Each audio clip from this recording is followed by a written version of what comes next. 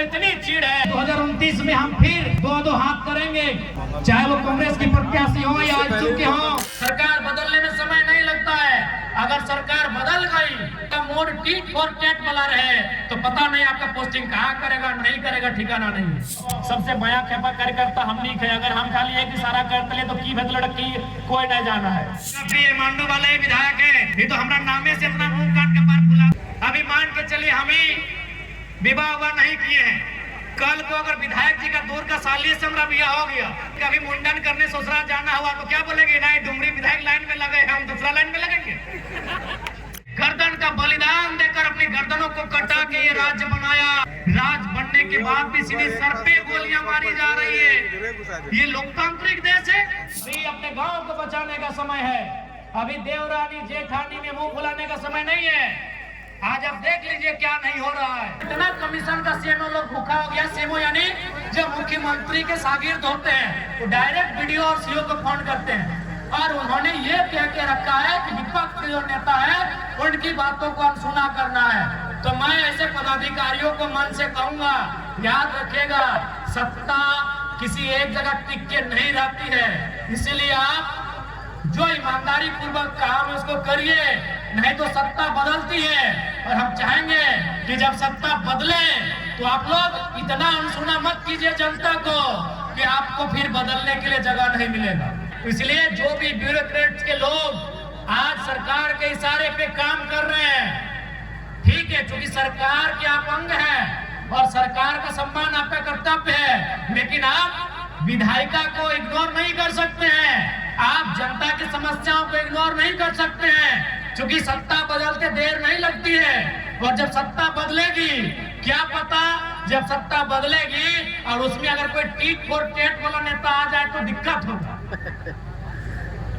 मैं राज्य की तमाम ब्यूरोक्रेट से कहना चाहूंगा, क्योंकि आपका जो व्यवहार हो रहा है अभी राज्य में, जिस प्रकार से आप विधायकों का रिस्पॉन्स नहीं कर पा रहे हैं, सरकार आपको संरक्षण दे रही है, ये व्यवहार उचित नहीं है।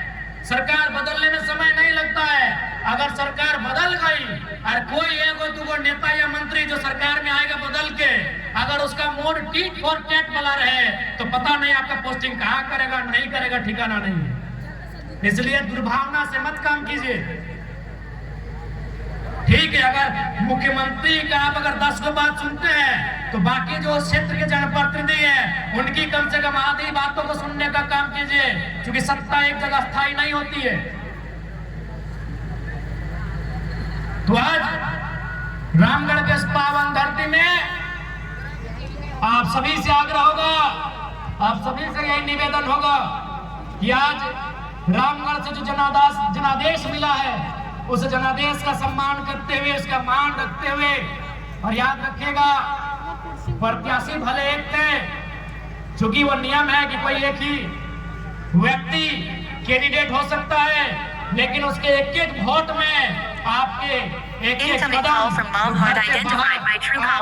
धूप में, आप ठंडी में जो एक एक कदम आप घर से बाहर चले हैं, वही उनके एक एक वोट के आने का उनके एक एक वोट उनके पक्ष में आने का कारण है। इसीलिए भले प्रत्याशी कोई है, बिहारी जी हो, पनेसर जी हो या कोई हो, लेकिन वो जो वोट मिला है वो आपके संघर्ष, आपकी मेहनत, आपकी समर्पण का परिणाम है। आज बोकारो में क्या हुआ छुपा नहीं है।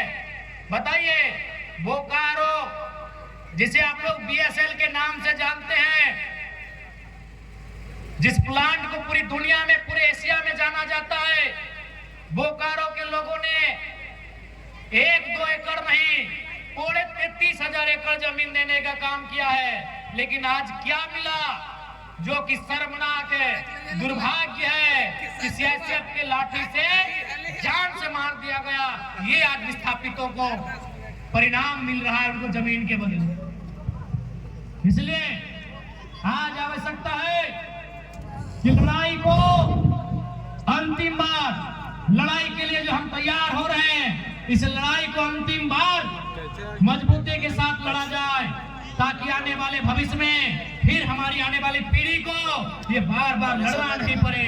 आखिर हम लोग कब तक लड़े? राज हमारा, इस राज को अलग हमारे पूर्वजों ने अपनी जान देकर किया है और जान आज भी दे रहे हैं। कितना ताज्जुब की बात है, हमारे पूर्वजों ने इस राज्य को अपने लहू से सींचा, अपने सरों का, अपने गर्दन का बलिदान देकर अपनी गर्दनों को कटा के ये राज्य बनाया। राज बनने के बाद भी गर्दन काटी जा रही है, राज बनने के बाद भी सीधे सर पे गोलियां मारी जा रही है। ये लोकतांत्रिक देश है? ये कैसा लोकतांत्रिक देश है? राज अलग होने के बाद भी,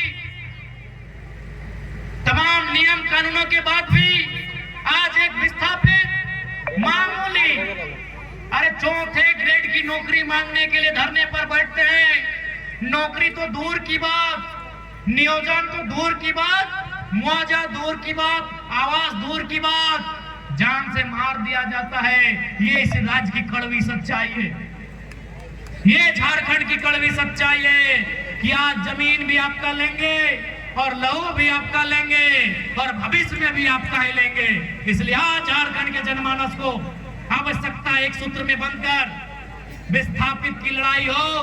तमाम जो कंपनियां, फैक्ट्रियां, जो उद्योग आपके इर्द गिर्द मंडरा रहे हैं, उनसे आज लोहा लेने की लड़ाई लड़ने की आवश्यकता है, ये आपसे आह्वान करेंगे।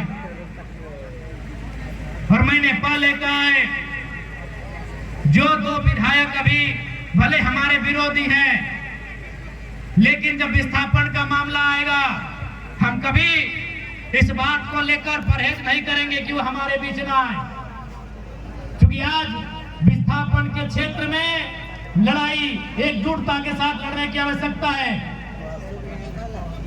निसंदेह 2029 में हम फिर दो हाथ करेंगे, चाहे वो कांग्रेस के प्रत्याशी हो या इच्छुक के हो या जेएमएम बीजेपी के हो। जब 2029 आएगा हम फिर दो हाथ करेंगे, लेकिन इसका मतलब ये नहीं कि हम आपके दुश्मन हैं, हम आपके राजनीतिक विरोधी हैं और वो चलता रहेगा। तो अभी कोई भी राजनीतिक दल का व्यक्ति अगर हमारे आंदोलन को या फिर उनके आंदोलन को हमें लगे कि ये जनता के हित के लिए है, तो निसंदेह इस पर हम लोग सोचेंगे। और मैंने पहले ही कहा है कि राजनीति अलग चीज है, समाज अलग है और विस्थापितों का दर्द और समस्या अलग है। आज आपको भी मालूम है कि आज झारखंड में कई विधायक हैं जिनसे हमारी अभी विरोध का भाव है। वो भाव विधानसभा में रहेगा, वो भाव चुनाव में रहेगा, लेकिन इसका मतलब ये नहीं कि वो भाव समाज में रहेगा। हम लोग उस विचारधारा के लोग नहीं है। अभी आपके ये मांडू वाले विधायक है, ये तो हमारा नामे से अपना मुंह काट के पार बुलाते हैं कि क्या करिएगा। हम मांडू के विधायक जी को कहेंगे कि भाई आपसे हमारी राजनीतिक मतभेद रहेगी, लेकिन सामाजिक मतभेद नहीं है।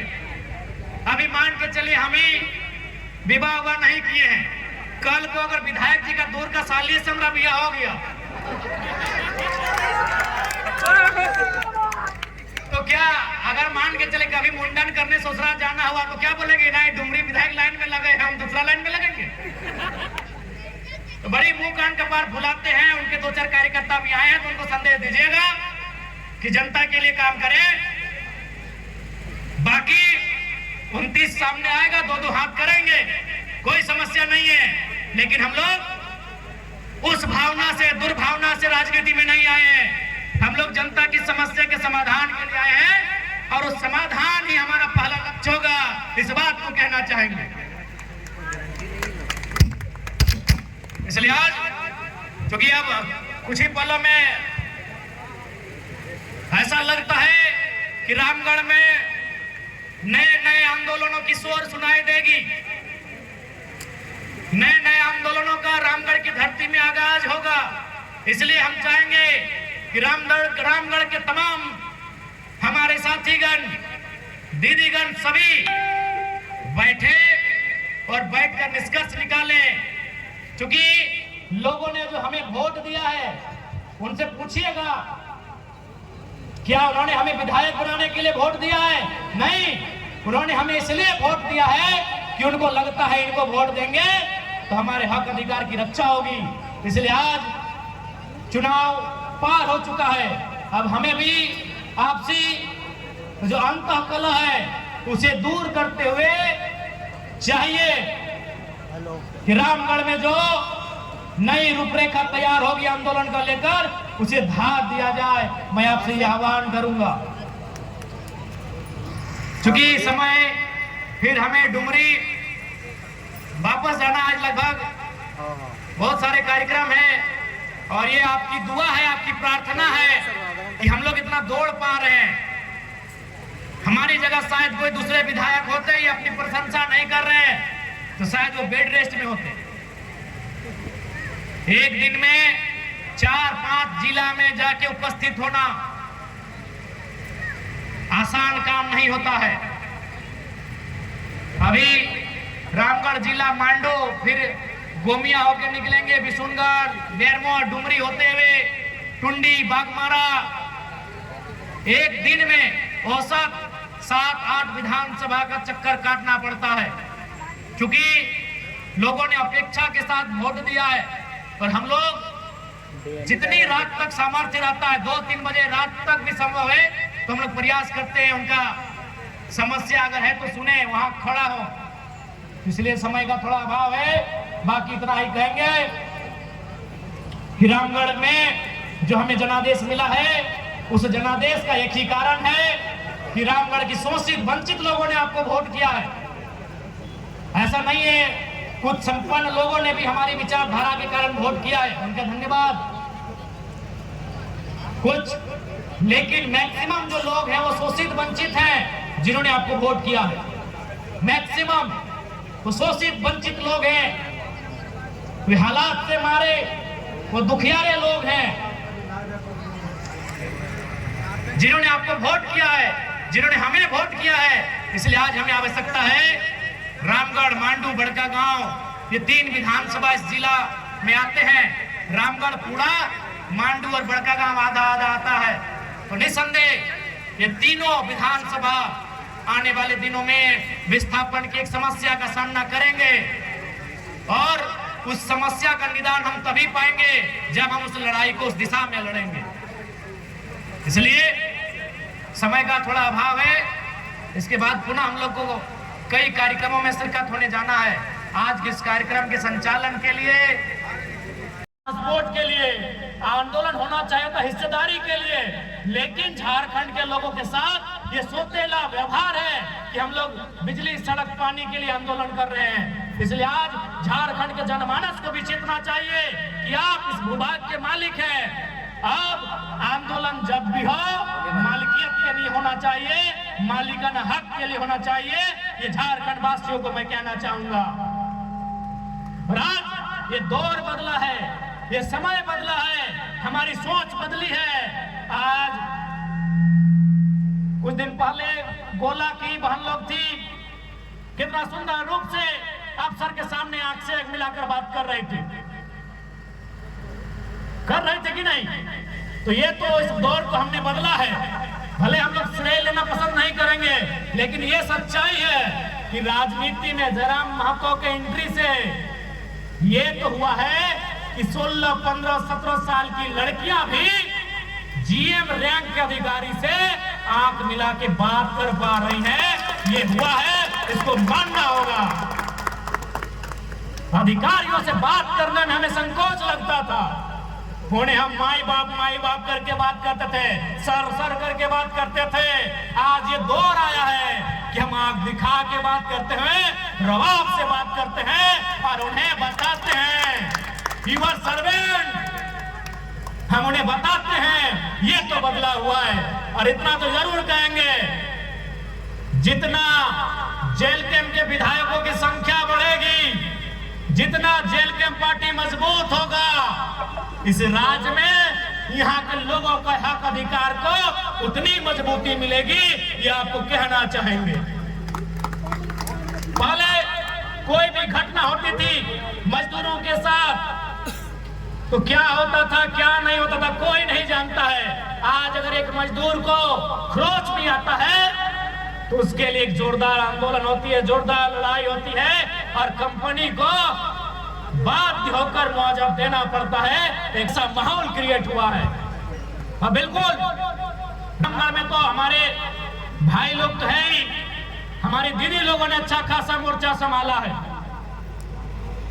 जी हाँ, हमारी दीदियों ने रामगढ़ और मांडू में जो मोर्चा संभाला है वो बिल्कुल प्रशंसा के योग्य है। और बाकी जो हमारी बहनें हैं उन्हें भी सीखने की आवश्यकता है